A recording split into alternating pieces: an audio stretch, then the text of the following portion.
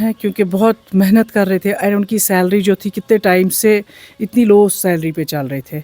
And उनका इतना like Darakhshan Andrabi का ऑल ऑफ अ सडन ये डिसीजन लेना ये चीफ मिनिस्टर साहब भी कर सकते थे, जो इससे पहले चीफ मिनिस्टर्स रहे हैं या वक्फ बोर्ड के मेंबर्स जो रहे हैं या चेयरमैन, वो भी कर सकते थे, बट दरख्शान अंद्राबी ने कल किया very good decision and appreciable है क्योंकि बेचारे वो डिज़र्व कर रहे थे 18,000 लाइक उनको भी शायद ये नहीं होता कि एक्सपेक्ट कि मेरी हमारी इतनी सैलरी बढ़ेगी, but very good decision and I think जो डेली वेजर्स है उनको भी रेगुलराइज करना चाहिए एंड कितने डेली वेजर्स ऐसे हैं जो बेचारे अब रिटायर भी हो गए एज अ डेली वेज, किसी का कहीं कहीं तो सुनने को आ रहा है कि 28 ईयर्स के बाद भी डेली वेजर्स अब रिटायर हो गए एंड वो भी एज अ डेली वेज। सो मुझे लगता है उमर अब्दुल्ला साहब को ये डिसीजन लेना चाहिए and he should regularize all the daily wagers, चाहे वो सेक्टर के हो, चाहे फायर सर्विस हो या किसी भी सेक्टर के हैं, उनको रेगुलराइज करना चाहिए क्योंकि उनका हक बनता है। अभी नहीं करेंगे तो फिर कब करेंगे? लोग ही बोल सकते हैं उन पे कितना भरोसा किया जा रहा है, क्योंकि जो लोग इस टाइम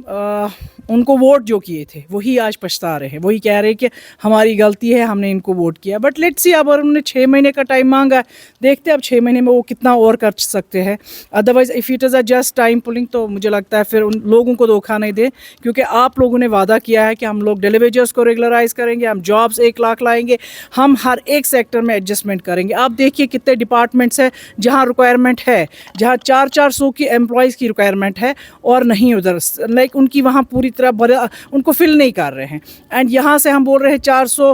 ये क्या करें 1 लाख एम्प्लॉय, जब ये 400 एम्प्लॉयज़ नहीं फिल कर रहे तो 1 लाख कहाँ से करेंगे? सो मुझे लगता है उनको ये फिल भी करनी चाहिए जॉब्स, और दूसरी बात डेली वेजर्स को रेगुलराइज करना चाहिए, और जो 6 महीने का टाइम है I think he can do before that also.